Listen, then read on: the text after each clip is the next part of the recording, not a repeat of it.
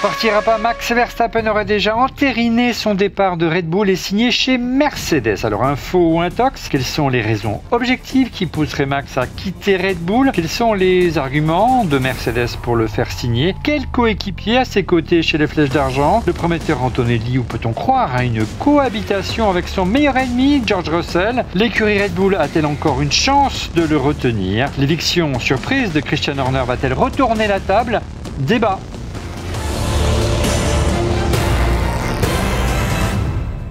Bonjour à toutes et à tous, très heureux de vous retrouver pour On refait la F1, votre émission hebdomadaire sur l'actualité de la Formule 1. Désormais, vous le savez, chaque lundi et tout l'été quasiment.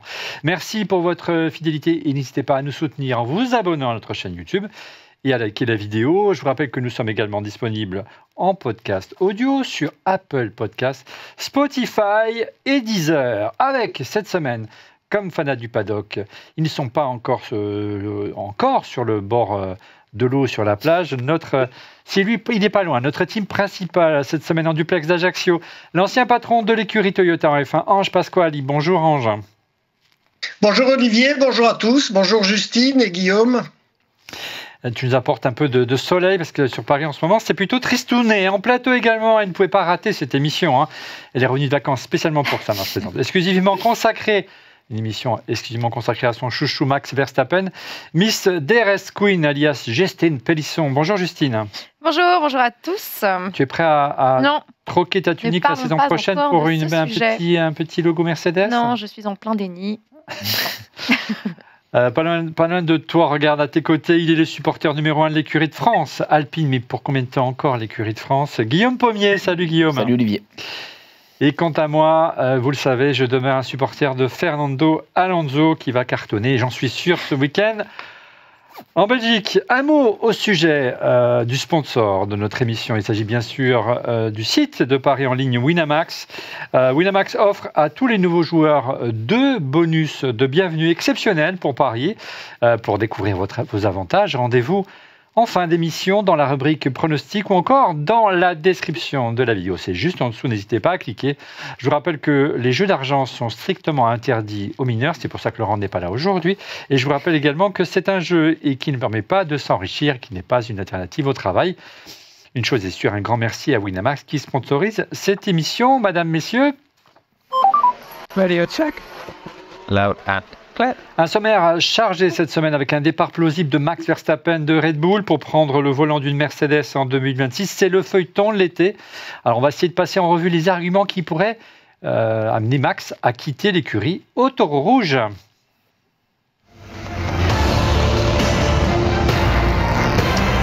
Le premier argument, il est sportif et juridique. Et en tentative d'explication, est-ce que le championnat vous semble perdu? On vient juste de dépasser la mi-saison, les amis. On va regarder ensemble le classement des pilotes. Si on fait un point d'ordre sportif, on peut se poser légitimement la question.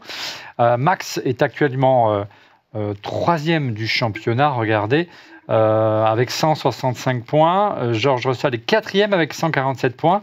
Verstappen accuse un retard de 69 points sur Piastri. Ça va quand même être difficile de revenir au championnat, les amis, quand on voit la domination des McLaren. Votre avis, peut-être avec Guillaume pour commencer. Bah oui, totalement. Il est perdu ce championnat pour Verstappen. Je pense que la seule chose qui pourrait modifier le rapport de force, c'est si la Red Bull passe devant la McLaren en termes de performance sur la deuxième partie de la saison et que Max fasse son retard grâce à ça. Mais si jamais on garde le même rapport de force entre McLaren et Red Bull, évidemment, il ne reviendra pas. Et le titre se jouera entre Norris et Piastri. Quel est ton sentiment de ton côté, Justine, concernant ton chouchou Max? Écoute, un peu comme le disait Guillaume, je pense qu'il y a en effet cette question de performance de la voiture, mais au-delà de la performance de la voiture, pour moi, c'est vraiment l'état d'esprit dans lequel est Max. On l'a vu sur les dernières courses avant le break qu'on a eu. On l'a vu un peu moins combatif, on l'a vu un peu moins présent et il a exprimé de plus en plus dans les interviews qu'en fait, il n'était plus trop dans le championnat, qu'il ne pensait pas pouvoir y prétendre. Donc pour moi, ça va être en effet une question de performance de la voiture, mais aussi de voir si Max, il a un talent exceptionnel en termes de pilotage. Est-ce qu'il va vouloir se donner les moyens d'aller chercher ce championnat ou non? Donc hâte de ce premier rendez-vous à Spa ce week-end. Ange, la performance de Max va être particulièrement scrutée ce week-end, car rappelons que Max est encore en contrat avec Red Bull jusqu'en 2028, mais il y aurait une clause qui stipulerait qu'il pourrait partir s'il est classé au-delà de la 3e place après le Grand Prix de Budapest dans une dizaine de jours. Disons que pour revenir quelques secondes sur la position de Max et l'opportunité encore disponible de se battre pour le titre, l'expérience m'a enseigné que tant que ce n'est pas perdu mathématiquement, c'est encore jouable. Max est un grand champion. Sincèrement, malgré cette clause qui apparemment existe dans son contrat, s'il a l'opportunité d'accrocher un gros résultat et une victoire à Spa, où il a toujours été très rapide, je vois mal Max ne pas saisir l'opportunité parce que quoi qu'il arrive, s'il devait aller chez Mercedes, clause ou pas, il y aura certainement des tractations qui feront que s'il doit arriver chez Mercedes, il y arrivera. Et moi, je vois en tout cas Max se battre au maximum parce qu'il a quand même son orgueil. Il ne faut pas oublier qu'il est 4 fois champion du monde. Oui. Guillaume, tu voulais réagir? Évidemment, mathématiquement, tant que c'est pas joué, le sport c'est comme ça, on peut jamais rien dire. Mais on peut quand même un petit peu se mouiller en disant que c'est fortement improbable que Verstappen revienne. Et en fait, il y a aussi une raison au niveau de la performance, c'est que beaucoup d'écuries sont maintenant un peu fixées sur 2026. Je suis pas certain en fait que Red Bull soit à fond pour améliorer la voiture sur les 6 derniers mois. Ils pensent peut-être déjà plus à 2026. À mon avis, le rapport de force va pas forcément trop changer sur la deuxième partie. Et honnêtement, il a moins de 10% de chance de gagner ce titre aujourd'hui. Enfin, il faut reconnaître quoi. Et maintenant, Verstappen, il va se battre parce que c'est un winner. Il va faire tout ce qu'il peut, mais fortement improbable à mon avis. Justine, on sait que le contrat de Max a été prolongé en 2023 pour 5 ans, mais on oublie un peu vite que Max, il est tout jeune finalement, il a 25 ans aujourd'hui, il a fait toute sa carrière chez Red Bull et Toro Rosso. C'est vraiment un bébé de l'écurie, exactement. Ouais, donc il serait légitime peut-être de vouloir s'en aller, tout simplement. Je pense que c'est à double tranchant, parce que du coup, comme il doit toute sa carrière à Red Bull et Toro Rosso, comme tu le disais, je pense qu'on s'attend à ce qu'il continue et que tant qu'il réussit à gagner les championnats, du coup, qu'il reste dans l'écurie. Mais je trouve ça légitime aujourd'hui, c'est à mon avis, un des meilleurs pilotes, si ce n'est le meilleur pilote du plateau, de s'attendre à ce qu'il veuille aller dans une écurie qui soit beaucoup plus, vraiment meilleure en termes de performance de voiture. On va en parler ensuite sur le moteur qui va arriver chez Red Bull l'année prochaine, qui à mon avis n'est pas un moteur qui va être ultra prometteur pour la voiture. La voiture aujourd'hui n'est pas rendez-vous quand on voit la performance de la voiture. Sans mentionner le deuxième baquet qui est une catastrophe, pour moi, ça fait sens qu'aujourd'hui, il essaye de se dire « Ok, j'ai 25 ans, il me reste encore quelques années, j'ai envie de gagner d'autres championnats. Quelle est la meilleure écurie qui pourrait être à mes côtés pour aller… » C'est un gagnant dans sa tête, Max. Il a faim.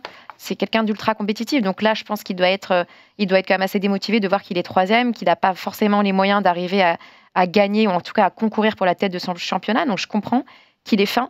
Et comme le disait son beau-père, c'est pas une question d'argent à ce stade, c'est aussi une question pour Max de se dire j'ai envie d'être avec les meilleurs, aux côtés des meilleurs. De Nelson Piquet. Exactement, on en revient. Lui a connu plusieurs écuries avant d'être champion du monde. Il n'a pas fait toute sa carrière dans la même écurie. Deuxième argument au constat à présent, après le constat purement sportif, cette fois-ci il est bien sûr plus politique, qui a conduit au déclin de Red Bull depuis un peu moins de 2 saisons. Je vous propose qu'on fasse le point ensemble.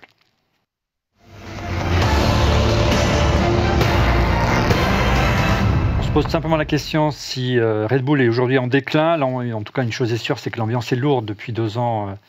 Et en gros, le début de l'affaire Horner, on va rappeler le contexte, on y a déjà parlé la semaine dernière, les actionnaires qui sont longtemps opposés entre les héritiers Mateschitz et celle du cofondateur thaïlandais Chalerm Yovidia, merci, c'est imprononçable.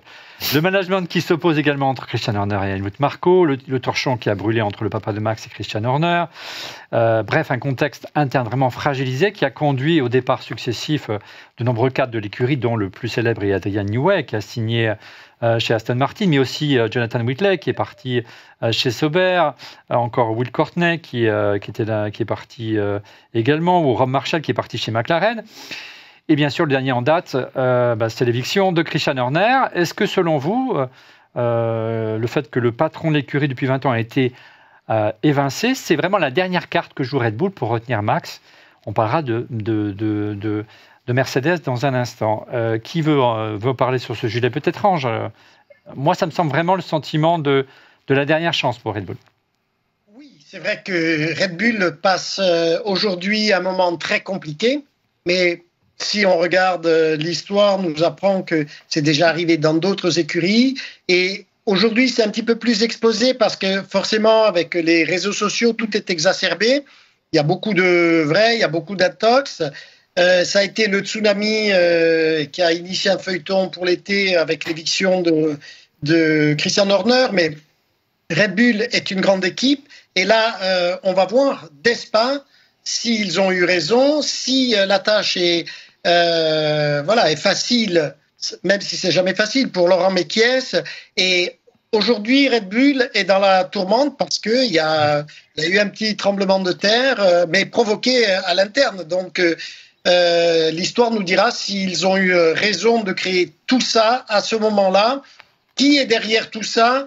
Après, c'est même pas vraiment important. Peut-être que quand il y aura l'annonce Mercedes, tout le reste deviendra rhétorique. Ah, pour toi, ça semble acquis. On va en parler dans un instant. On parle souvent, Justine, en Formule 1, qu'il y a des cycles de performance, des cycles de domination. Ça a été le cas pendant des années pour Red Bull. Il est normal de temps en temps que les cycles s'inversent. Et puis, je crois que même Christian Horner le disait récemment. Oui, totalement. Je te laisserai Guillaume revenir sur ce point. Mais moi, par rapport à ce que tu disais, Ange, là, c'est vrai qu'il y a un sentiment d'instabilité, de vacarme chez Red Bull qui est hallucinant. Parce que rien, quand on voit le mercato qu'il y a eu en termes des deuxièmes paquets, quand on voit la manière dont Christian Horner a été salement éjecté, il a été convoqué, il pensait que c'était une réunion. En fait, en 10 secondes, on lui a dit, en fait, tu dégages. Il paraît que ça a été exposé évidemment sur les réseaux d'une violence inédite. Donc, je ne sais pas si c'est le dernier argument pour retenir Max, mais pour moi, j'ai l'impression qu'il y a une sorte de nettoyage qui est fait. On nettoie un peu tout, on tente quelque chose un peu de manière désespérée. Mais est-ce que c'est vraiment ça qui va dire à Max c'est vraiment l'image qui revient, en tout cas, moi, je trouve terrible en tant qu'aficionada. Je ne sais pas si la semaine prochaine, je serai encore dans cette tenue Red Bull en toute transparence. Mais, ça me semble pas très fidèle, tout ça. Je sais, mais c'est très très dur. Non, mais c'est une très belle écurie. Et en fait, là, on a vu, je pense, ces derniers mois, on a vu vraiment une sorte de descente aux enfers. Et en fait, on ne retrouve plus les repères qu'on avait. Horner était un des derniers repères. New Way était un des derniers repères qu'on avait vraiment au sein de l'écurie. Il reste Helmut Marko. Il reste Helmut Marko, qui n'est pas quelqu'un de charismatique. Je pense que c'est un peu la volonté, en fait. De faire un nettoyage, peut-être, pour 2026. Il reste Dark Vador, quoi. Il reste les méchants. Et déjà, le constat, tu dis le déclin, Olivier. Bah oui, bien sûr, le déclin. Quand vous avez été au top entre 21 et 24, ça fait 4 saisons, avec une domination extrême en 23. Bah forcément, tu peux pas rester au top pendant 10 ans. Il n'y a aucune écurie de Formule 1. Aussi ces dernières années. Exactement, il n'y a aucune écurie de Formule 1. Et que je sache, on n'a jamais remis en cause les performances de Toto. Au sommet pendant 10 ans. Il y a eu le cycle McLaren, années 80, c'était pas 10 ans. Il y a eu le cycle Williams, années 90, c'était pas 10 ans. Et ça a été d'ailleurs par intermittence, avec Benetton, avec Ferrari, etc. Il y a eu le cycle Ferrari qui n'a pas duré 10 ans. Il y a eu le cycle Mercedes ensuite qui n'a pas duré 10 ans. Et la pas de l'absence des le premier cycle Red Bull avec Vettel, le deuxième avec Verstappen, toujours 4-5 ans. Donc en fait, c'est normal, c'est la normalité. Tu peux pas rester au top pendant 10-15 ans en Formule 1. Et heureusement, sauf si c'est une écurie française, là on serait tous contents. Mais si c'était Alpine, on serait ravis. Mais là, on peut pas être ravis qu'une équipe hors française gagne. Si tu avais les conditions, tu pourrais. Si tu avais un management sain, si tu avais une équipe saine, si tu avais 2 pilotes qui contribuaient à l'amélioration des voitures, je pense que. Ange le sait mieux que nous, mais je pense que tu pourrais. Mais tu vois, voilà, peut-être déclin. Et ensuite, je pense qu'en fait, si tu veux, le mieux pour Red Bull, à mon avis, ce serait effectivement que Verstappen s'en aille, que Marco s'en aille et qu'il démarre vraiment d'une page blanche, un nouveau cycle avec une nouvelle équipe et pourquoi pas Isaac Hadjar en tête de pont par exemple. On va en parler du futur. Et le retour de Perez. Le retour de Perez, j'y crois un peu moins chez Red Bull. En tout cas, Christian Horner, avant son départ, insistait sur le fait que son bilan n'était pas si mauvais que ça. Effectivement, il a vécu de belles heures entre une domination avec Vettel entre 2010 et 2013, puis entre 2021 et 2024. Et que c'est vrai que les cycles, c'est assez normal et que c'est difficile en tout cas, Ange, lorsque des cycles se terminent, de revenir. Il faut du temps. On a l'impression que la nomination de Mekies, le nouveau patron de l'écurie, le nouveau directeur de Red Bull, issu de Toro Rosso, enfin de chez AlphaTauri, Racing Bull, on ne sait plus comment les appeler aujourd'hui. On essaie de réécrire un petit peu et de partir d'une page blanche. La difficulté, c'est que les difficultés et les luttes intestines, les Helmut Marko et le papa de Max, eux, ils sont toujours là et on peut se demander comment va se passer la cohabitation, légitimement, Ange. Alors, tout d'abord, concernant les guerres intestines, c'est légion. Ça existe dans tous les teams et croyez-moi, il y a des guerres intestines même dans les autres teams. Et il y a certainement des secteurs, même chez McLaren, où peut-être il y a des tensions, mais ça ne se voit pas aujourd'hui parce que forcément, il y a les résultats. Ensuite, il n'y a pas une recette magique. On ne gère pas un team de F1 avec un mode d'emploi comme on gère son iPhone. C'est pour ça que ça s'appelle un team. Et que pour que la mayonnaise prenne, il faut qu'à tous les étages, c'est bien connu, il vaut mieux faire travailler ensemble 10 personnes d'un niveau moyen que 10 personnes d'un super niveau qui ne travaillent pas ensemble. Et donc, c'est là tout l'art du management.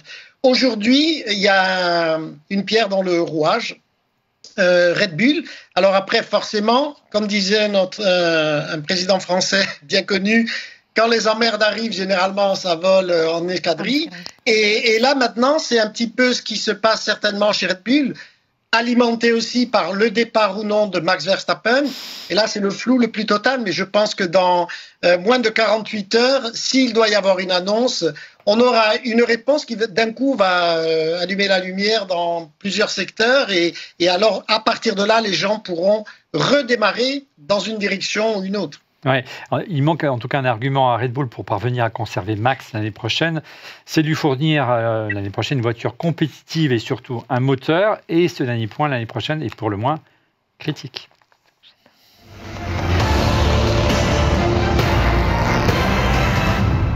L'année prochaine est une année de grands bouleversements pour toutes les écuries, non, et pas seulement pour Red Bull, avec l'arrivée d'une nouvelle réglementation tant châssis que moteur, et notamment, ça va être difficile, si tu veux nous rappeler un petit peu les grands enjeux de cette technologie et de cette réglementation 2026, notamment du côté moteur. Oui, Guillaume. je pense que déjà, il faut comprendre l'objectif de la FIA, c'est la neutralité carbone à partir de 2030. Donc ça, c'est important, et la réglementation découle de cet objectif. Il y a 3 principaux éléments. Le premier, c'est le carburant, qui sera 100% durable à partir de l'année prochaine.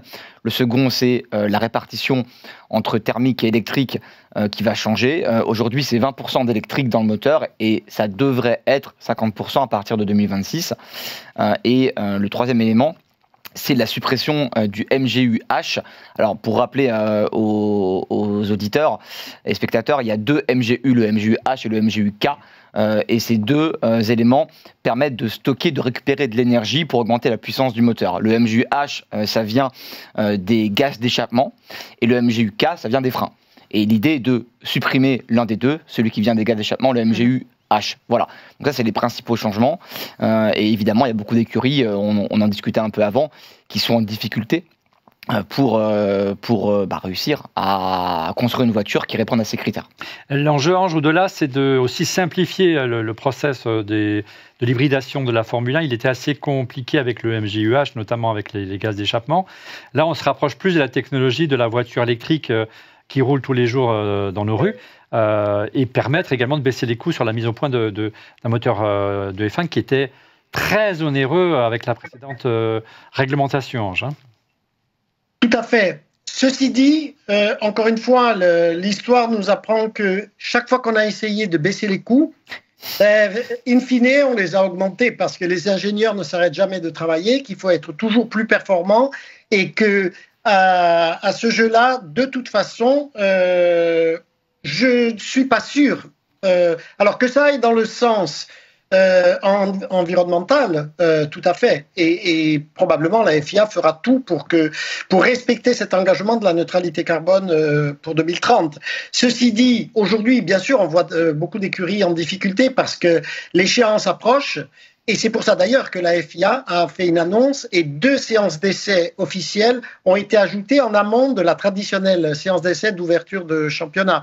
Donc après, les équipes sont des grandes équipes. La technique est la technique la plus évoluée au monde en matière automobile. Et sincèrement, c'est ce qu'a connu le WRC il y a quelques années quand ils sont passés à l'hybridation. Et tout le monde avait peur, se disait au premier rallye, au rallye Monte-Carlo, tout le monde va abandonner et tout. Et puis ça a donné un rallye fantastique et les voitures ont marché. Et voilà, les écuries, probablement, ont des craintes. Mais ça ne les empêche pas de travailler. Après, qui aura mieux travaillé que l'autre et sera prêt avant l'autre? C'est tout l'enjeu. Il y a beaucoup de bruit de paddock, justement, parce que l'ambition de 50% d'énergie électrique, elle est très ambitieuse. Totalement. Et puis au-delà des bruits des écuries, je pense, qui ont des craintes, on le voit aussi avec des pilotes. De plus en plus de pilotes qui ont pris la parole. Je pense à Max, je crois qu'il y a Leclerc aussi. Mais il y a aussi ce week-end Stroll, je disais avant d'arriver sur le plateau. Lance Stroll, qui est comme pas quelqu'un qui s'exprime en général sur les réglementations de la FIA ou juste en général sur le contexte de la Formule 1, et qui disait, en fait, qu'il décrivait ce projet comme étant simplement un projet scientifique. de tests, limite de tests énergétiques, en disant c'est un peu hallucinant parce que les conditions de pilotage pour nous les pilotes vont pas du tout être optimales. Il y a eu des tests qui ont été réalisés, les pilotes n'ont pas les bons ressentis. Et lui, sa crainte, c'était de dire qu'en ligne droite, en fait, on va être vraiment limité. Si jamais on a cette puissance hybride, on pourrait même être à court d'énergie à un moment donné. C'est-à-dire qu'aujourd'hui, selon c'est plus que des bruits, puisque c'est rapporté par les pilotes eux-mêmes, parce qu'ils ont les données, puisqu'ils font des simulations, aujourd'hui en simulateur, il y a beaucoup de difficultés à ce qu'une F1 de 2026 puisse proposer une pleine charge sur un tour. À un moment donné, la puissance électrique se coupe, faute de pouvoir la délivrer. Exactement. Mais en tout cas, beaucoup de pilotes prennent la parole, et c'est ce que disait Stroll ce week-end. Moi, je ne suis pas assez ingénieur poussé pour pouvoir analyser plus profondément ces problématiques, mais au-delà des écuries, je pense que ça crée aussi une ambiance où, à mon avis, les pilotes ont peur pour l'année prochaine. Et d'un côté, je pense, ont hâte de tester ces nouvelles voitures, mais d'un autre côté, les évolutions ont l'air d'être quand même assez challengeantes en termes de performance. Et selon les bruits du paddock, encore une fois, tous les constructeurs de moteurs auraient des difficultés à proposer une unité de puissance qui permettrait de délivrer cette puissance sur un tour. Évidemment, tous les constructeurs, sauf un, notamment Mercedes, mais Alpine n'est pas loin. Il n'a plus de moteur. Attends, tu vas voir avec Ford. Allez. Alors, il y a beaucoup de rumeurs comme quoi la FIA changerait son fusil d'épaule au-delà de la bonne volonté que tu as traduite. Je vais y arriver, Ange, voilà, excuse-moi Ange, en proposant plus d'essais privés l'année prochaine, enfin d'essais libres, c'est de permettre de réduire l'éventail de la puissance électrique pour qu'on y aille progressivement, c'est ça Guillaume ? Ouais, mais le problème c'est que ce serait pas très juste pour des écuries qui ont déjà travaillé depuis plusieurs mois, voire années sur cette technologie-là et cette réglementation-là. Je pense à Mercedes qui apparemment serait en bonne position par rapport aux autres. Même Cadillac qui arrive juste pour ça. Alors Cadillac, ils partent vraiment d'une feuille blanche, c'est un peu différent. Ce sera dans 2 ans, 3 ans Cadillac. Exactement, oui, parce que c'est General Motors qui va arriver un petit peu après. Donc oui, je pense que c'est une possibilité effectivement qu'on change les règles. Effectivement, on ne va pas faire un championnat avec 8 ou 9 écuries qui n'arrivent pas à faire rouler leur voiture sur plusieurs tours avec cette technologie. Mais je trouve que c'est un peu injuste par rapport à ceux qui sont bien avancés. Et plusieurs points sur ce qu'a dit Justine. Premier truc, c'est que pour les pilotes, en vrai, souvent les gens ils sont un peu résistants au changement. Totalement. Donc ils n'ont pas trop envie de changer. Et puis une fois qu'ils ont adopté le truc, ils s'y mettent. Donc moi, je pense que je décoterai un petit peu les propos de pilotes. Deuxièmement, tu dis projet scientifique. Enfin, tu reprends Stroll. Ouais, mais en fait, les gars, la Formule 1, c'est plus de 70 ans d'un projet scientifique avec des évolutions permanentes qui ont fait entrer en fait l'automobile dans des ères nouvelles. Et il faut pas oublier que la F1, c'est aussi un laboratoire de l'automobile de manière générale. Là, on est sur une ère d'un petit peu de durabilité avec l'environnement, et je pense que c'est aussi le rôle de la F1 d'être aux avancées. Et le troisième truc, tu critiques, tu m'as lancé une petite pique sur Renault. Alors, deux trucs. Déjà, les Ferrari, ils sont pas là. Alors, ils ont vu le programme, nos amis. Ils ont vu qu'on parlait pas de Ferrari et puis ils sont absents. Bon, moi, on parle pas d'Alpine. Ils sont pas là, regarde, la chaise est vide. Ils sont pas là. Donc, ils se sont fait porter pâle parce qu'on parle pas de Ferrari. Belle mentalité. Bonjour à eux, je les salue bien.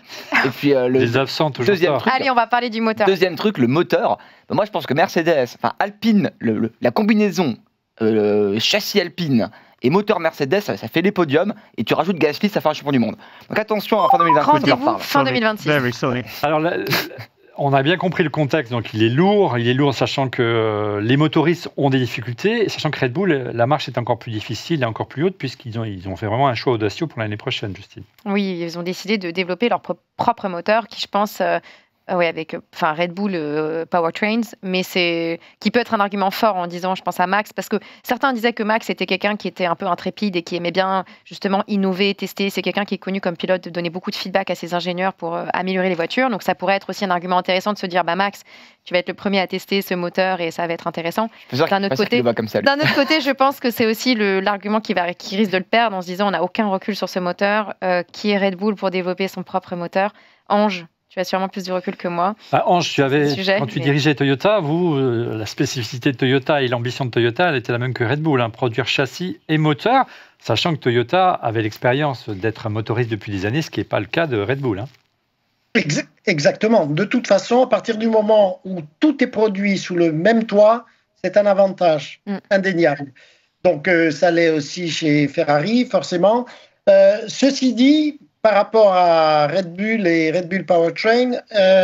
Aujourd'hui, si vraiment Max quittait le navire, je me dis quid de la réaction de Ford, qui est certainement venu par rapport au fait que quelqu'un comme Max pouvait être la pierre angulaire et surtout l'élément moteur d'un projet très très ambitieux. Donc ça sera aussi intéressant de voir quel est l'axe de communication, mais surtout quelles seront les réactions. Ceci dit, il faut quand même rester conscient que Red Bull est devenu une très très grande équipe et qu'il y a quand même des bases très solides. Et j'espère que tout ne repose pas que sur une seule personne. Ouais. Tu le disais que c'est un avantage sur le long terme, en tout cas, d'être motoriste. Christian Horner le reconnaissait lui-même. En tout cas, la difficulté de la tâche, avoir sous le même toit, je le cite, les ingénieurs pour le châssis et le moteur capables de communiquer directement autour d'un café dans la même usine finira par payer, peut-être pas en 2026, il annonçait déjà, mais pour 2027 et au-delà, c'est la bonne chose à faire sur le long terme. La question est de savoir si Max aura la patience d'attendre que le moteur Red Bull monte en puissance, surtout que Mercedes ne manque pas d'arguments.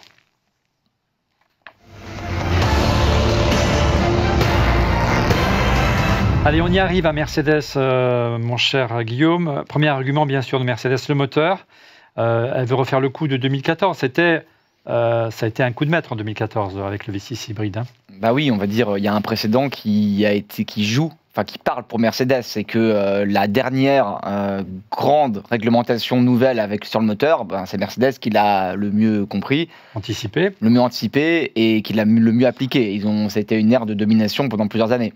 Donc c'est clairement un argument pour faire venir Verstappen. Et moi, je pense que c'est le principal argument en fait. Alors bien sûr, il y a le juridique, il y a l'humain.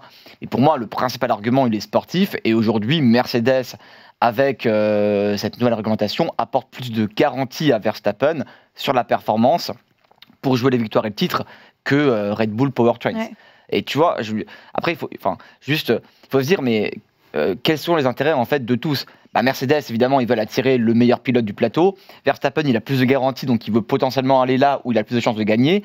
Et je pense que même pour Red Bull, peut-être c'est mieux de commencer d'une page blanche sans Verstappen, tu vois, et de prendre un nouveau pilote. Et dernier truc pour la FIA et la Formule 1, allez, un petit spectacle avec un changement, un petit buzz, et surtout si c'est à la place de Antonelli, quoi. Ouais. Verstappen, Russell, on veut de l'histoire, on veut des stories. Et là, franchement, c'est croustillant. Mais moi, qui ne suis pas fan de Mercedes, il faudra en parler avec notre ami Laurent.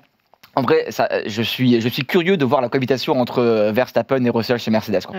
Tu penses que Mercedes est en position de pouvoir refaire le coup de 2014, cette nouvelle technologie de moteur ? On a vu que c'était le pari qu'a fait Flavio Briatore chez Alpine en renonçant à son propre moteur et en choisissant le moteur Mercedes. Quels sont les éléments qui feraient qu'il pourrait éditer ce coup, sachant que Ferrari a compris, et il n'y a plus que Ferrari, Red Bull, Honda et bien sûr Mercedes qui vont faire des moteurs l'année prochaine. Il n'y a pas déjà, a priori, je ne vois pas pourquoi Mercedes ne réussirait pas son coup. C'est un grand constructeur, ça fait un moment qu'il travaille. Alors c'est vrai qu'il y a eu beaucoup de buzz, comme quoi c'était le constructeur ou le motoriste qui était le plus, entre guillemets, prêt par rapport à la concurrence, mais sincèrement, basé sur quoi ? Parce que ça, c'est beaucoup de spéculation et beaucoup de spéculation médiatique. Ceci dit, eux savent, si vraiment ils font le forcing pour avoir Max Verstappen, c'est qu'ils se sentent à la hauteur de lui donner les moyens de s'exprimer. Maintenant, mettre Max Verstappen avec Russell, ça serait un genre de Dream Team explosif, mais on a déjà connu ça dans le passé avec Senna, Prost. Il y a eu d'autres, c'était pas moins explosif entre Coulthard et Häkkinen à l'époque. Ça a toujours été, je veux dire, c'est même à l'époque de Nigel Mansell, de Nelson Piquet, je veux dire, on a déjà connu ça, sauf qu'aujourd'hui, c'est beaucoup plus exacerbé et plus médiatisé. Donc, je pense qu'aujourd'hui, si Mercedes veut Verstappen, ils pourront l'avoir, et surtout, avant tout, parce qu'il y a proposé et disposé. Je pense que la personne qui a la clé de tout, c'est Max. Est-ce que, oui ou non, il est prêt à changer, à aller chez Mercedes, sachant que les objectifs seront très importants et surtout que ça sera le sujet numéro 1 du championnat 2026. À l'inverse, est-ce que vous ne pensez pas, les amis, en plateau, qu'il y a un risque pour Mercedes de miser sur Verstappen, au sens que c'est un pilote qui est en tiers médiatique et plutôt indépendant, qui a des réponses qui sortent un petit peu de ce que peut faire un Russell ou un Hamilton notamment. Et puis, au-delà, on a vu que c'est un pilote qui aimait que son écurie soit structurée autour de lui. Alors, on va parler des pilotes dans un instant. Il n'aimait pas ça. Oui, mais il y avait quand même un équilibre entre Rosberg et Hamilton, souvenez-vous. Malheureusement, il n'a pas duré longtemps parce que Rosberg a arrêté après 2016, à mon grand regret, parce que j'aurais bien aimé voir la suite de cette bataille. C'était le seul chez Mercedes qui a un peu lutté contre Hamilton et qui a réussi à le battre, le seul. Non, moi, j'y crois pas. Je ne crois pas à l'argument de Verstappen ne collerait pas à l'image de Mercedes ou Verstappen serait trop agressif médiatiquement pour l'image lisse d'un groupe comme Mercedes ou Daimler. Moi, je pense pas. Je pense que tous les feux sont verts. L'argument financier, ils l'ont. Ils ont des moyens super importants, le groupe Daimler. L'argument sportif, ils l'ont aussi. Parce que même, je suis d'accord avec Ange, c'est de la spéculation. Ouais. Tu as quand même le précédent 2014, plus le fait que Mercedes a quand même beaucoup de moyens et tu te dis, bon, ou alors il y a une autre option. Moi, je suis Verstappen, je prends une année sabbatique en 2026. J'attends de voir, tu vois. Profite de ma fille. Et je vais chez Mercedes en 2027 si Mercedes est effectivement la voiture dominante. Parce que je pense que Verstappen, c'est le seul pilote du plateau qui, aujourd'hui, peut faire ça. Le gars est tellement légitime qu'il peut très bien se dire, bon, moi, je viens d'avoir ma fille, j'arrête en 2026, je regarde ce qui se passe, et en fonction de la hiérarchie, je prends ma décision. Je ne sais pas si son contrat lui permet, mais voilà. Tu parlais de l'argument financier à l'instant. On sait que le salaire de Max avait été... beaucoup augmenté. Il était à 24 millions de dollars par an auparavant. Et après sa reconduction en 2023, il a été doublé, voire triplé. Et selon Forbes, regardez le classement, Max serait aujourd'hui déjà le pilote le mieux payé du plateau. Ça tourne la tête. Je pensais qu'Hamilton était devant lui, tu vois. Non, 65 millions de dollars. Alors ça, c'est le salaire. C'est pas les contrats et les primes qui sont liées. Lewis n'est pas loin, 60 millions, donc c'est presque 5 millions. Alonso, il est qu'à 20 millions. Olivier, qu'est-ce que t'en penses? Oui, mais à son âge, il est bientôt à la retraite. Charles Leclerc est à 34 millions, serait, selon Forbes, à 34 millions. C'est les salaires, encore une fois, ce n'est pas les contrats sponsors et j'en passe. Ouais. Fernando serait à 20 millions, Lando à 20 millions, Oscar à 20 millions, George Russell 15 millions. Et puis, pour info, si vous voulez savoir le salaire de Carlos Sainz ou de Pierre Gasly, serait autour des 10 millions de dollars. Et Ocon, on sait ou pas? Non. Il serait autour des, je crois, également autour des 7 millions de mémoire, selon Forbes. Bref, Max est déjà le plus gros salaire du plateau. Et on annonce des sommes folles, Guillaume. Ouais, alors moi je pense que ce ne sera pas un sujet, le sujet financier, et je pense que Mercedes sera prêt à mettre le prix pour avoir Verstappen, qui est quand même aujourd'hui le meilleur pilote du plateau et la plus grande star de la F1 en fait, aujourd'hui. C'est le pilote que tout le monde aimerait avoir dans son équipe, tu vois, que t'aimes ou t'aimes pas le personnage, aujourd'hui c'est le meilleur en fait. Donc pour moi c'est pas un sujet. Alors bien sûr c'est des sommes gigantesques, mais on parle quand même de Mercedes, on parle pas de la PME du coin, quoi. On parle d'un des plus grands constructeurs automobiles au monde, donc pour moi c'est pas un sujet. Non, mais pour moi il y a une vraie question quand on parlait de l'image, c'est vrai quand on en avait déjà parlé un peu du côté lisse, à la fois sans éclaboussure de cette écurie. Lewis, vraiment c'est la figure du pilote, pour moi qui est un excellent pilote, qui a été champion du monde. Mais un excellent communicant. Un excellent communicant, quand même. Il fait attention, il est présent, il prend des positions. Le Black Lives Matter, sur d'autres sujets, il est toujours présent quand il faut parler. Il incarne vraiment les valeurs Mercedes. Quand tu vois aussi maintenant, que ce soit Kimi, qui est tout mignon, le petit rookie qui est tout jeune, ou alors là, notre gendre idéal Russell, c'est sûr que quand tu vois Max, pour moi, je voyais bien, Red Bull, tu vois, qui donne des ailes, qui est dans tous les sports, vraiment, à forte prestation. Qui brise des ailes aussi. Qui brise des ailes aussi, mais tu vois, ça collait pour moi beaucoup plus à l'image de Max. Donc je suis aussi curieuse de voir si ça va. Si l'un des deux va pas déteindre, est-ce que Max va déteindre sur Mercedes ou l'inverse? Est-ce que Mercedes va déteindre sur Max? Et pour moi, ça a surveillé quand même pour voir si ça peut impacter son style de pilotage, ça peut impacter la dynamique de l'équipe. Mais oui, curieuse de voir comment ce match et ce mariage vont être faits. On annonce une somme folle, 150 millions de dollars, ce serait le salaire annuel que proposerait Mercedes à Max Verstappen, 150 millions de dollars. Rappelons, Ange, que dans le budget de cap, le salaire des pilotes n'est pas compté, donc il n'y a pas de limite. Oui, exactement. Ensuite, là aussi, c'est une information médiatique, c'est pas un official statement, comme on dit. Alors, est-ce que c'est vraiment 150 millions de dollars? On a parlé aussi de 160 millions de dollars de dédits que devrait payer Mercedes à Red Bull pour pouvoir libérer Max Verstappen. Donc tout ça, ce ne sont que des chiffres. Faut pas oublier aussi un paramètre qui est Mercedes. Avoir Max Verstappen pour Mercedes, c'est aussi psychologiquement un ascendant même sur Ferrari. Voilà, c'est une réponse un peu à Ferrari. Vous avez eu Hamilton. Nous, si on veut Max Verstappen, on a Verstappen. Et il y a aussi ces guerres médiatiques, ces guerres d'image. Donc, faut pas oublier que Ferrari a triplé son chiffre d'affaires en matière de merchandising depuis l'arrivée d'Hamilton. Ça a boosté les ventes, ça a boosté l'image.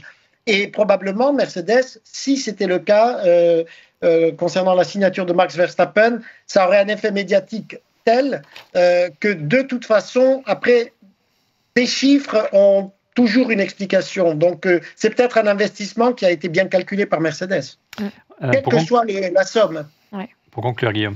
Sur Hamilton chez Ferrari, parce que j'ai beaucoup commenté ce transfert l'année dernière, autant je suis d'accord avec Ange sur le côté extra-sportif, tu vois. Hamilton était un bon coup merchandising pour Ferrari. Là, l'argument sportif, il est beaucoup plus vrai avec Verstappen chez Mercedes que Hamilton chez Ferrari.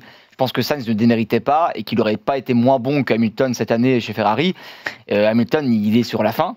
Alors que Verstappen, il a 25 ans. Alors, on ne sait pas s'il va courir encore jusqu'à 40 ans, mais il a peut-être 40 ans devant lui. Donc, ce qui n'est pas le cas d'Hamilton. Donc, je pense que je suis totalement d'accord sur le côté, tu vois, merchandising et tout, on fait du buzz. Mais sportivement, ça n'a rien à voir. C'est un meilleur investissement à long terme, c'est ça que tu veux dire? Je pense, ouais, bien sûr, je pense. On va voir un prochain Grand Prix avec la nouvelle suspension de Ferrari. Alors, qui comme coéquipier l'année prochaine chez Mercedes, si ça se concrétise, on en parle dans un instant.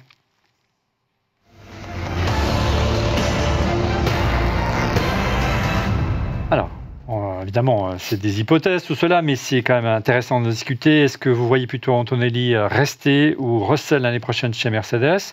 On sait que George Russell n'a pas signé de contrat. Il est en fin de contrat à la fin de la saison.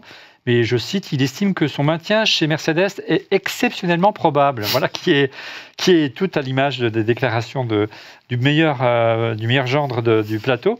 Alors, Russell et contre Verstappen, c'est un duo explosif. Toi, tu y crois, toi, pour l'année prochaine? Moi, j'y crois et je le souhaite. Alors, en fait, pour Mercedes, le mieux, c'est effectivement de garder Russell et de prendre Verstappen, puisque ce serait le meilleur line-up, et puis d'envoyer Antonelli dans une autre écurie pour apprendre. Par contre, je suis Verstappen, je préférerais potentiellement être avec Antonelli. Tu parlais de Carlos Sainz à l'instant. Voilà. La personne qui s'est opposée à sa venue chez Red Bull, c'est quand même un certain Max Verstappen. S'il signe et qu'il a les pleins pouvoirs chez Mercedes, on peut penser qu'il choisit son coéquipier. Ouais, et puis alors, ce que j'espère pas, mais ce qu'on peut aussi imaginer, c'est que Verstappen mette comme condition la signature que ce soit avec Antonelli et pas avec Russell, tu vois. Donc voir avec un autre pilote. Moi, je suis Toto, je préfère garder Russell, mais si jamais j'ai le choix entre Russell ou Verstappen, peut-être je prends quand même Verstappen. Donc voilà, je pense que là, il y a un sujet, en fait, par rapport à ce que veut Verstappen, et comme tu as dit, Olivier, avant, c'est un peu Verstappen qui a la clé sur cette décision, à mon avis. Russell fait une belle saison depuis le début de ce championnat, Justine. Il aurait dû signer depuis longtemps. On sent bien qu'il y a quelque chose derrière qui fait que ça bloque la signature. C'est ce qu'on se disait, on disait qu'il y avait vraiment quelque chose qui se tramait. Il est 4e, il talonne Max dans le classement du championnat. Et c'est vrai que les deux pilotes ne s'aiment vraiment pas. S'apprécient pas, on l'a vu déjà sur la course et en dehors de la course, comme il s'envoie plein de pics. Mais pour moi, en termes de stratégie d'écurie aussi, au-delà de ce que veut Max, ce serait, je pense, dangereux pour les valeurs et la culture interne de Mercedes de se dire, dès le départ, on repart sur des bases comme chez Red Bull, où on fait une stratégie un peu monopilote. Après, je pense que Kimi Antonelli pourrait savoir prendre sa place et du coup trouver son équilibre aux côtés de Max. Mais je trouve que ce serait vraiment dramatique si on reproduisait ce qui s'est passé chez Red Bull avec un deuxième paquet qui est inexistant, qui est un petit jeune qui essaye de suivre Max mais qui n'y arrive pas.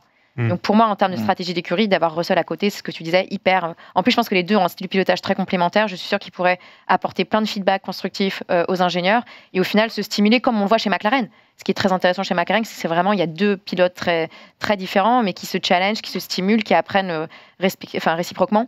Et on pourrait avoir une stratégie un peu à la McLaren, je pense, chez Mercedes. La famille Verstappen gère la carrière de leur fils comme le faisait en son temps le manager de Schumacher. Je peux penser qu'ils vont choisir plutôt un pilote moins expérimenté qui ne peut pas faire d'ombre et qui est un vrai leader, un vrai numéro 1, si demain il va chez Mercedes. Disons que Red Bull avait une façon de fonctionner et Max est un produit de la filière Red Bull.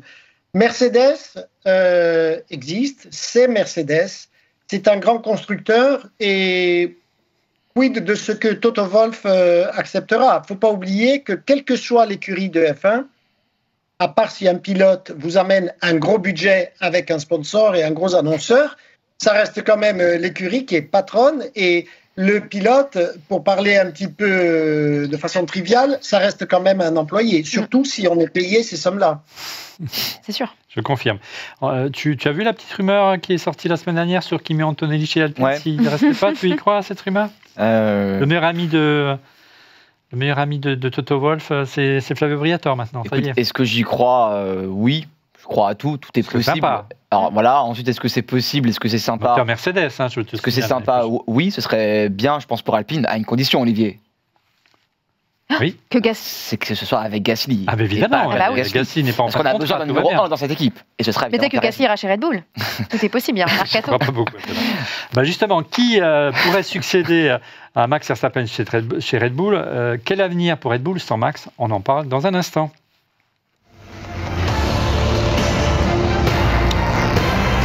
Quel nouvel élan va apporter le nouveau team principal, le nouveau directeur de l'écurie, Laurent Mekies, à Red Bull? Alors, on s'interrogeait sur la compatibilité avec Helmut Marko. Hein, c'est encore lui qui choisit la plupart des pilotes, mais on sent bien que l'électron libre de Red Bull, qui pousse les jeunes pilotes de la team Red Bull, a quand même. Tu parlais de l'avenir devant lui, et c'est plutôt l'avenir derrière lui. Il serait logique que lui aussi soit à thème remplacé. Il y a eu beaucoup de rumeurs autour de Sébastien Vettel, Guillaume. Oui, mais en fait, alors je pense qu'il partira pas par lui-même. Helmut Marko, c'est un peu sa vie et on sent pas forcément son envie de partir. Maintenant, je pense que pour Red Bull, le mieux serait de commencer, si Verstappen s'en va, ce serait de commencer un nouveau projet sans Marko, donc sans Verstappen, et avec effectivement Mekies. Avec et un peu plus de stabilité. Avec des jeunes pilotes qui sont montés via la filière Red Bull.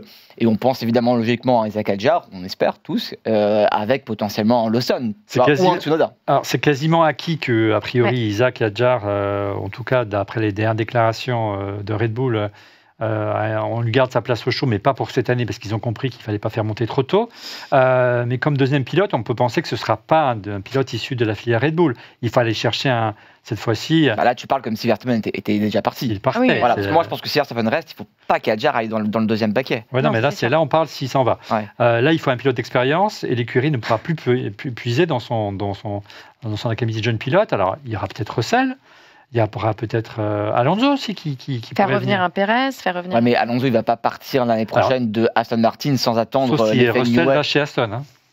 Oui, d'accord, mais moi, je pense qu'Alonso, il a un peu dealé avec Aston Martin la saison 2026, tu vois, pour voir l'effet Newey. Oui, Bah, j'espère Et puis pour après, lui. en vrai, Aussi. si jamais Aston Martin ne joue pas le podium en 2026, lui, il prend sa retraite. Lui, il s'en va, tu vois. Je pense. Toi, tu as un autre favori pour remplacer Non, je sais pas. Max l'année prochaine chez Red Bull, pas Alonso, mais plutôt un pilote espagnol. Un autre pilote espagnol. Un Pérez, non, je sais pas. Mais non. Non, mexicain. Ah, tu veux dire Sainz, pardon. Oui. Oui, non, mais bien, il y a aussi des rumeurs sur Pérez, mais je pense pas que Pérez voudrait revenir. Non, Mais, a priori, non, il ne reviendra pas. mais- Avec de l'argent. Pérez.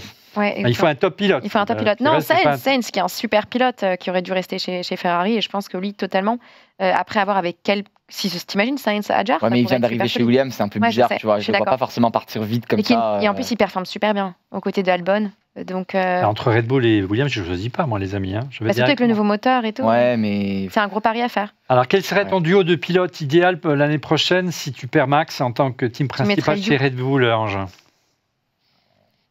Disons qu'ils ont quand même, c'est étrange à dire, mais l'embarras du choix, puisqu'il y a un mercato qui va se déclencher vraiment si Max était annoncé chez Mercedes. Si Max reste chez Red Bull, ça risque de tituber un petit peu et ça sera quid de la deuxième voiture. Ouais. Mais un duo idéal, c'est vrai que Russell Sainz, Red Bull pourrait prendre le pari.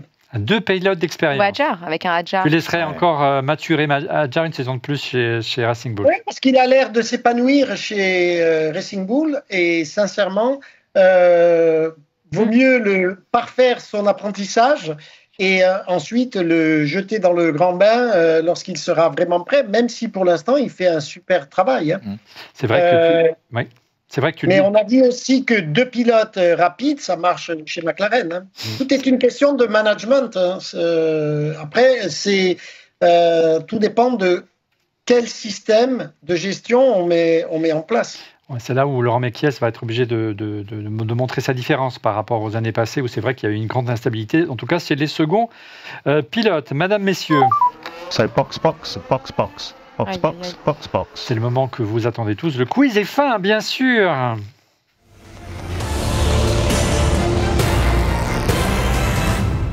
Un quiz est fin spécial Max Verstappen cette semaine. Place donc au moment que vous attendiez tous. Le quiz est fin cette semaine, donc un quiz 100% consacré à Max.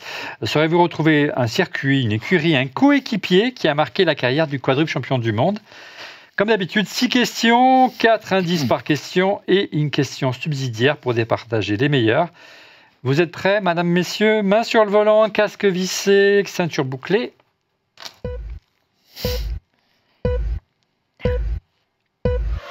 Alors, soyez attentifs. Première question, c'est un record propre à Max Verstappen. Je détiens un record concernant le nombre de victoires. Sauriez-vous le deviner? Ah non, de victoire. Oui, 19 en 2023. Alors, 19. non, je ne vous donne pas le nombre de victoires, c'est une particularité par rapport au nombre de victoires. Ce record était précédemment détenu par Vettel en 2013 chez Red Bull. Ah oui, c'est le nombre de victoires consécutives. C'est le nombre de victoires d'affilée, effectivement. Bonne réponse de notre ami Guillaume.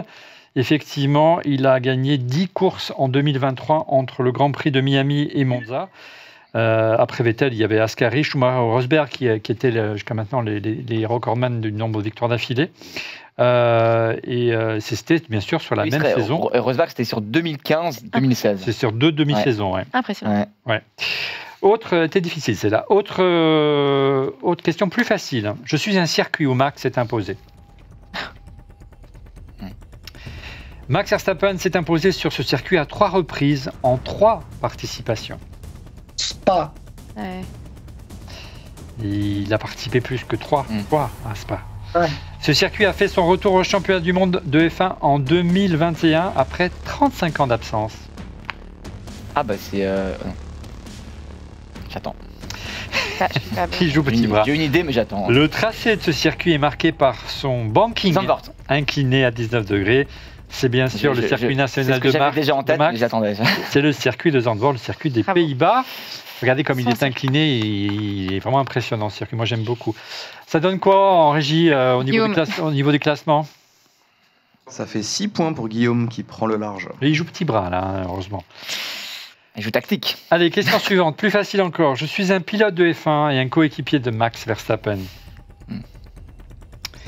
J'ai été viré lors de la saison 2024. Lawson. Non. J'ai été le rival le plus sérieux de Max au sein de l'écurie Red Bull. Rival le plus sérieux. Ricciardo. Ah, Ricciardo. Daniel Ricciardo, Ah oui. bonne réponse de Guillaume. Dans la série Drive to Survive sur Netflix, Christian Horner a donné mon prénom à l'un de ses ânes. Il a appelé Daniel, c'est super. J'ai remporté 7 victoires au sein de l'écurie Red Bull. Mon chouchou, Daniel Ricciardo, il s'envole et on est à combien de points là en régie? Ça fait 9 points pour Guillaume. Ah, difficile de revenir les garçons et les filles, mais c'est encore possible mathématiquement. Cette fois-ci, je vais vous demander un team principal. J'ai quitté mes fonctions en 2023 pour être remplacé par Laurent Mekies. Eh ben c'est Frank Tost. Ouais. Il est trop fort. Je suis le premier team principal de Max en F1. Je suis de nationalité autrichienne. J'ai dirigé l'écurie de F1 de 2006 à 2023, soit 18 saisons. L'Autrichien, le patron de Racing Bulls pendant des années. Frank Tost. À nouveau un pilote coéquipier de Max Verstappen. Je n'ai discuté que 12 Grands Prix avec Red Bull.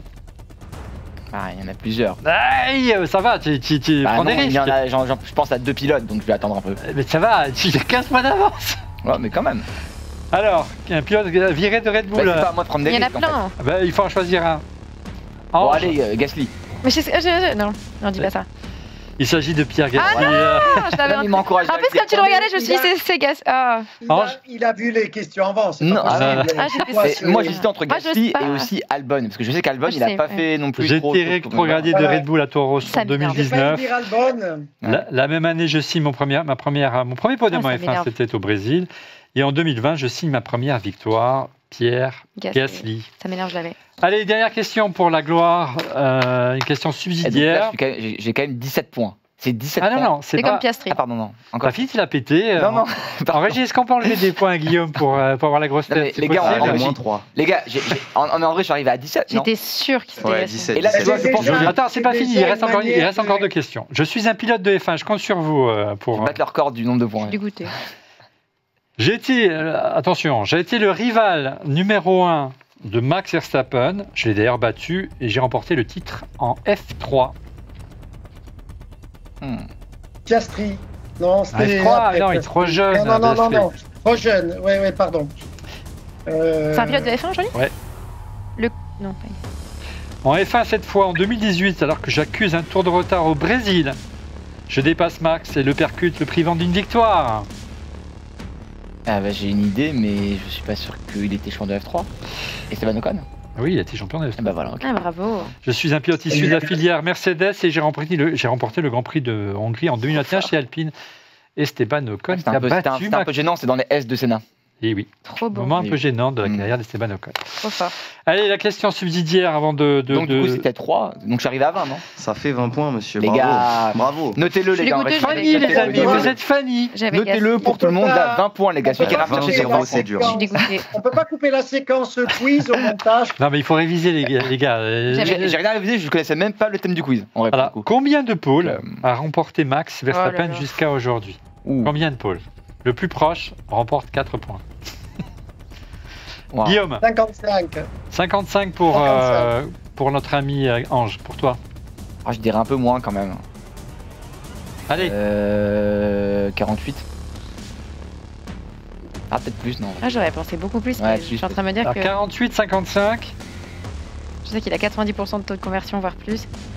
Ah, c'est Ouais, beaucoup, plus de hein, 60, 58. hein. 65. C'est beaucoup. 65. C'est beaucoup. 70. J'aurais dit 80, je sais pas pourquoi Bah, j'aurais dit 80. 80, mais arrêtez. Non, Mais je pense qu'il a pas fait autant Il a de 25 ans. courses. Il a pas fait autant de circuits. Je Donc pense que alors, c'est vous, c'est 30 25. 30. Non, tu dis combien Ah. Non, j'attends la réponse. Moi, Mais j'ai tu j'ai dis dit combien 70. Moi. Alors, tu as dit 48. Tu as dit Ange 55.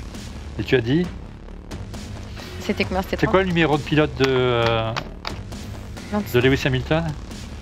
44. 44. C'est le nombre de pôles. 44. Énorme. Ce qui est déjà énorme. Hein. C'est Bon, bah, du huge. coup, j'ai encore 4 points. Allez, oh là là, Bon, mais il est temps que sortez-le. les Ferraris reviennent la Sortez-le. semaine prochaine pour Ah, relever un petit Je peu le pense niveau. vraiment que Fabrice, il va venir.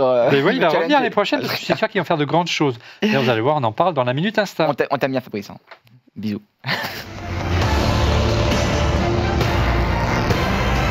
Alors, pendant que Max et Toto discuteraient sur leur yacht respectif en Sardaigne, hein, c'était la rumeur qui a enflammé la toile la semaine dernière, on a retrouvé George Russell sur la plage. Regardez, c'est pas piqué des verres.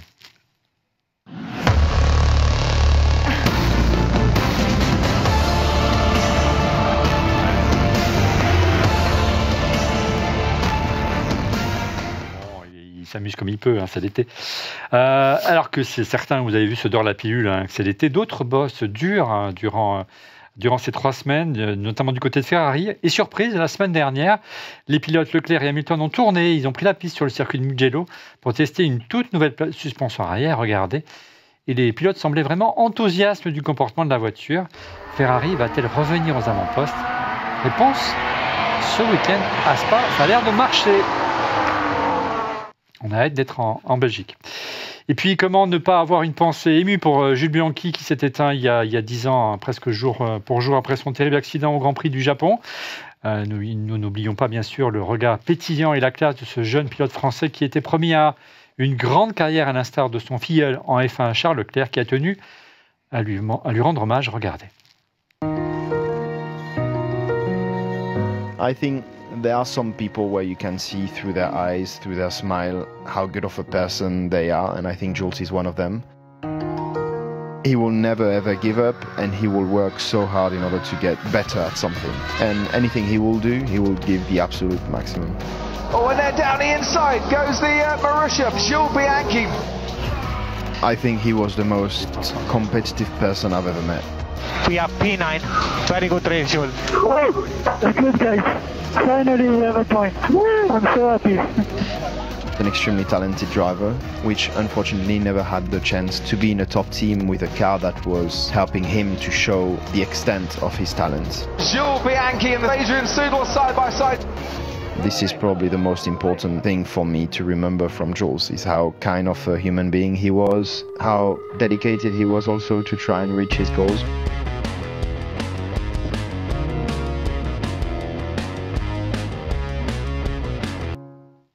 Et on passe à vos pronos.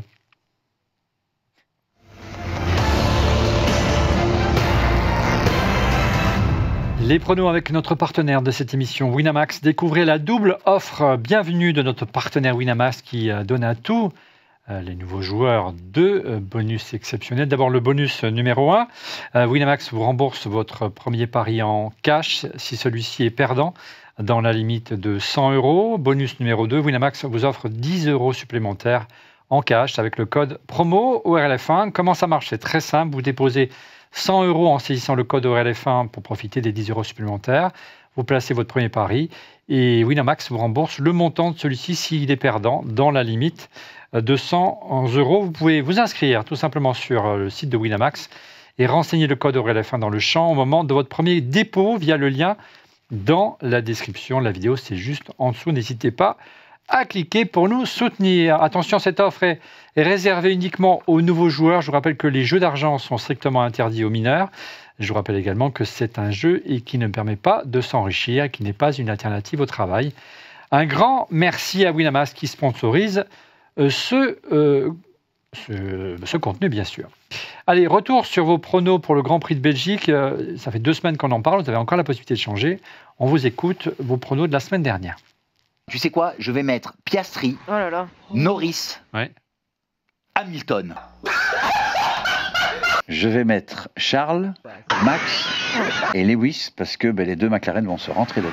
Moi, je vais faire le retour de Max Verstappen. Donc Max, j'en ai marre de mettre les McLaren ensuite ensemble. Et pourtant, il faut. Pas beaucoup de choix. Hein. Non, je vais mettre Max, Piastri, Russell. Alors moi, je vais mettre Lando Norris, qui va poursuivre sur sa lancée. Remontada, je l'avais annoncé, pour aller conquérir ce titre. Il mérite tant. Russell, parce que la Mercedes, c'est quand même pas mauvaise, hein, généralement, à Francorchamps. Il n'a pas tort. Et pour faire plaisir à Don Camillo, parce que je pense qu'ils sont un petit peu victimes et agressés, je vais mettre un Leclerc en 3e. Piastri, Hamilton, Verstappen. Et de mon côté, je vais mettre Norris, Max et Piastri. Oh là là. Ça fait mal. Ils se font plaisir, les monteurs. C'est pas bien, Gatien, il faut arrêter ça. Concrètement, est-ce que vous maintenez vos pronos, sachant que d'après les dernières prévisions météo, il va pleuvoir ce week-end alors là, moi, je en Belgique. Tu changes. Non, je vais mettre les meilleurs. Je vais mettre Max. Tu veux pas un petit Pierre Gasly et un petit Lance Stroll? J'aimerais tellement. Non, mais une grosse on prend tous les meilleurs sous la pluie. Vous maintenez vos pronos? Tu maintiens? Je vais maintenir parce que je peux pas non plus faire de la peine aux tifosi.